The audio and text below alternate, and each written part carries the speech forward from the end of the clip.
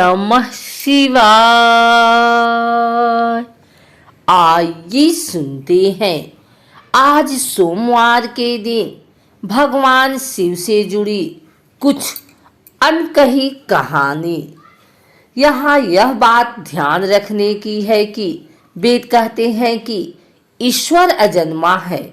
यहाँ हम ईश्वर की बात नहीं करेंगे, देवों के देव महादेव की बात करेंगे, जो सबसे ज्यादा ईश्वर तुल्य है।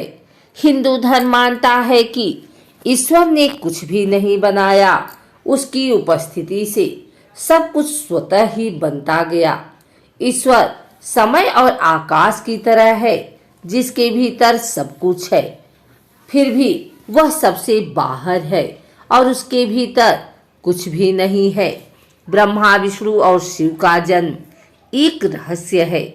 तीनों के जन्म की कथाएं वेद और पुराणों में अलग अलग हैं। उनके अलग अलग होने का कारण यह है कि जो शिव को मानते हैं वे शिव को ही केंद्र में रखकर अपना दर्शन करते हैं, और जो विष्णु को मानते हैं वे विष्णु को केंद्र में रखते हैं। लेकिन सभी पुराण इस बात पर तो सहमत हैं कि शिव ने ब्रह्मा के पुत्र दक्ष की पुत्री सती और विष्णु ने ब्रह्मा के पुत्र भृगु की पुत्री लक्ष्मी से विवाह किया था। ऐसे में सभी तरह की अलंकारिक और श्रृंगारिक कथाओं के रहस्य को समझना जरूरी है। अलग अलग पुराणों में भगवान शिव और विष्णु के जन्म के विषय में कई कथाएं प्रचलित हैं। शिव पुराण के अनुसार भगवान शिव को स्वयंभू माना गया है, जबकि विष्णु पुराण के अनुसार भगवान विष्णु स्वयंभू हैं। शिव पुराण के अनुसार एक बार जब भगवान शिव अपने टखने पर अमृत मल रहे थे, तब उससे भगवान विष्णु पैदा हुए, जबकि विष्णु पुराण के अनुसार ब्रह्मा भगवान विष्णु की नाभि कमल से पैदा हुए, जबकि शिव भगवान विष्णु के माथे के तेज से उत्पन्न हुए बताए गए हैं। विष्णु पुराण के अनुसार माथे के तेज से उत्पन्न होने के कारण ही शिव हमेशा योग मुद्रा में रहते हैं। शिव के जन्म की कहानी हर कोई जानना चाहता है। श्रीमद् भागवत के अनुसार एक बार जब भगवान विष्णु और ब्रह्मा अहंकार से अभिभूत हो स्वयं को श्रेष्ठ बताते हुए लड़ रहे थे, तब एक जलते हुए खंभे जिसका कोई भी ओर छोर ब्रह्मा या विष्णु नहीं समझ पाए, भगवान शिव प्रकट हुए। यदि किसी का बचपन है तो निश्चित ही जन्म भी होगा और अंत भी। विष्णु पुराण में शिव के बाल रूप का वर्णन मिलता है। इसके अनुसार ब्रह्मा को एक बच्चे की जरूरत थी। उन्होंने इसके लिए तपस्या की, तब अचानक ही उनकी गोद में रोते हुए बालक शिव प्रकट हुए। ब्रह्मा ने बच्ची से रोने का कारण पूछा तो उसने बड़ी मासूमियत से जवाब दिया कि उसका नाम ब्रह्मा नहीं है, इसलिए वह रो रहा है। तब ब्रह्मा ने शिव को नाम रुद्र रखा, जिसका अर्थ होता है रोने वाला। शिव तब भी चुप नहीं हुए, इसलिए ब्रह्मा ने उन्हें दूसरा नाम दिया, पर शिव को वह नाम पसंद नहीं आया और वे फिर भी चुप नहीं हुए। इस तरह शिव को चुप कराने के लिए ब्रह्मा ने 8 नाम दिए और शिव 8 नामों रुद्र, शर्व, भाव, उग्र, भीम, पशुपति, ईशान और महादेव से जाने गए। शिव पुराण के अनुसार ये नाम पृथ्वी पर लिखे गए थे। शिव के इस प्रकार ब्रह्मा पुत्र के रूप में जन्म लेने के पीछे भी विष्णु पुराण की एक पौराणिक कथा है। इसके अनुसार जब धरती, आकाश, पाताल समेत पूरा ब्रह्मांड जलमग्न था, तब ब्रह्मा, विष्णु और महेश के सिवा कोई भी देव या प्राणी नहीं था। तब केवल विष्णु ही जल सतह पर अपने शीश नाग पर लेटे नजर आ रहे थे। तब उनकी नाभि से कमल नाल पर ब्रह्मा जी प्रकट हुए। ब्रह्मा विष्णु जब सृष्टि के संबंध में बातें कर रहे थे तो शिव जी प्रकट हुए। ब्रह्मा ने उन्हें पहचानने से इनकार कर दिया। तब शिव के रूठ जाने के भय से भगवान विष्णु ने दिव्य दृष्टि प्रदान कर ब्रह्मा को शिव की याद दिलाई। ब्रह्मा को अपनी गलती का एहसास हुआ और शिव से क्षमा मांगते हुए उन्होंने उनसे अपने पुत्र रूप में पैदा होने का आशीर्वाद मांगा। शिव ने ब्रह्मा की प्रार्थना स्वीकार करते हुए उन्हें यह आशीर्वाद प्रदान किया। कालांतर में विष्णु के कान के महल से पैदा हुए मधुकैटभ राक्षसों के वध के बाद जब ब्रह्मा ने सृष्टि की रचना शुरू की तो उन्हें एक बच्चे की जरूरत पड़ी और तब उन्हें भगवान शिव का आशीर्वाद ध्यान आया। अतः ब्रह्मा ने तपस्या की और बालक शिव बच्चे के रूप में उनकी गोद में प्रकट हुए। भगवान शिव का विवाह ब्रह्मा के पुत्र दक्ष की पुत्री सती से हुआ था। एक बार दक्ष ने एक विशाल यज्ञ का आयोजन किया, लेकिन उन्होंने शिव व सती को निमंत्रित नहीं किया। भगवान शिव के मना करने के बाद भी सती इस यज्ञ में आई और जब उन्होंने यज्ञ में अपने पति शिव का अपमान होते देखा तो यज्ञ वेदी में कूदकर उन्होंने अपनी देह का त्याग कर दिया।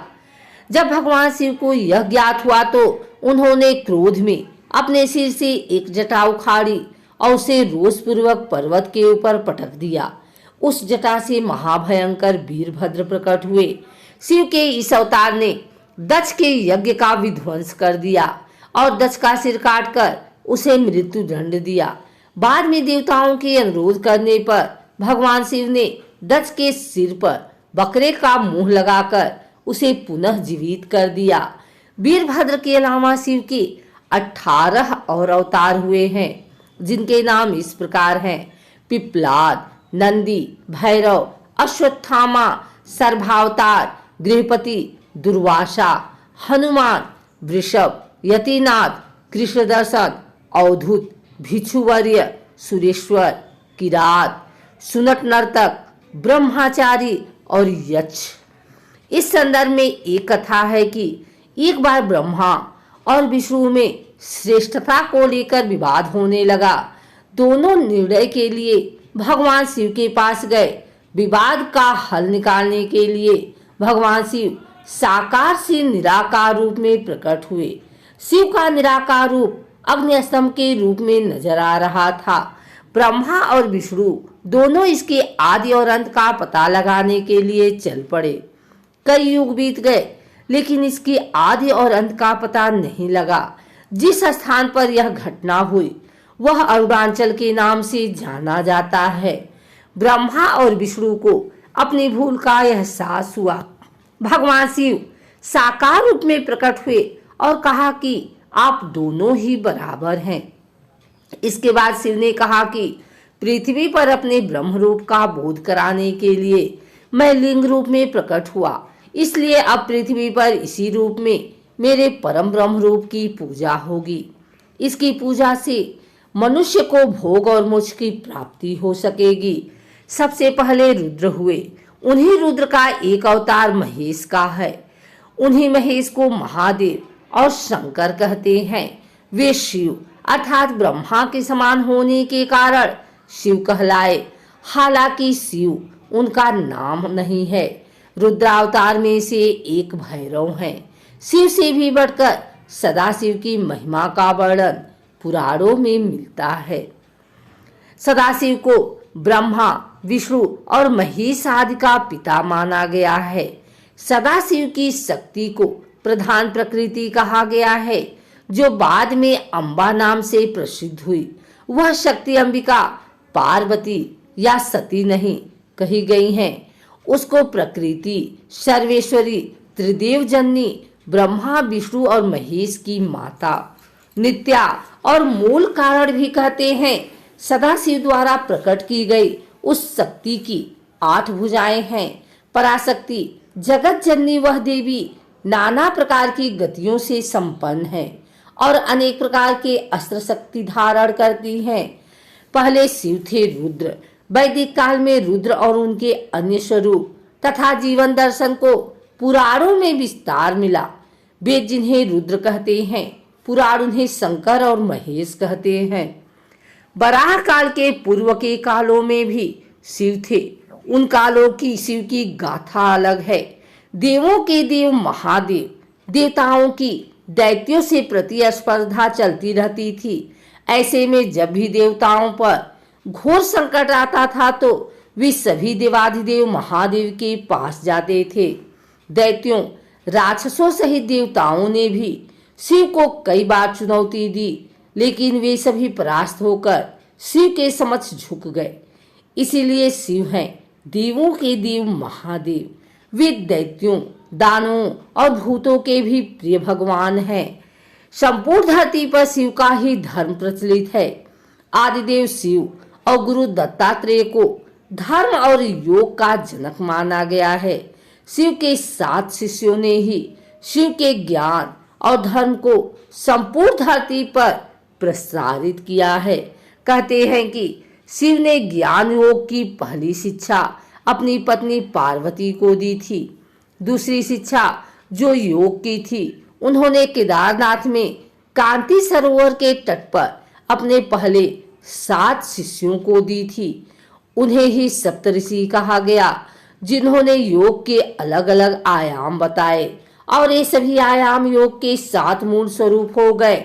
आज भी योग के 7 विशिष्ट स्वरूप मौजूद हैं। इन सप्त ऋषियों को विश्व की अलग अलग दिशाओं में भेजा गया, जिससे वे योग के अपने ज्ञान को लोगों तक पहुंचा सके। कहते हैं कि एक को मध्य एशिया, एक को मध्य पूर्व एशिया व उत्तरी अफ्रीका, एक को दक्षिण अमेरिका, एक को हिमालय के निचले क्षेत्र में, एक ऋषि को पूर्वी एशिया, एक को दक्षिण में भारतीय उपमहाद्वीप में भेजा गया और एक आदियोगी के साथ वहीं रह गया। अगर उन इलाकों की संस्कृतियों पर गौर किया जाए तो आज भी इन ऋषियों की योगदान के चिन्ह वहां दिखाए जाते हैं।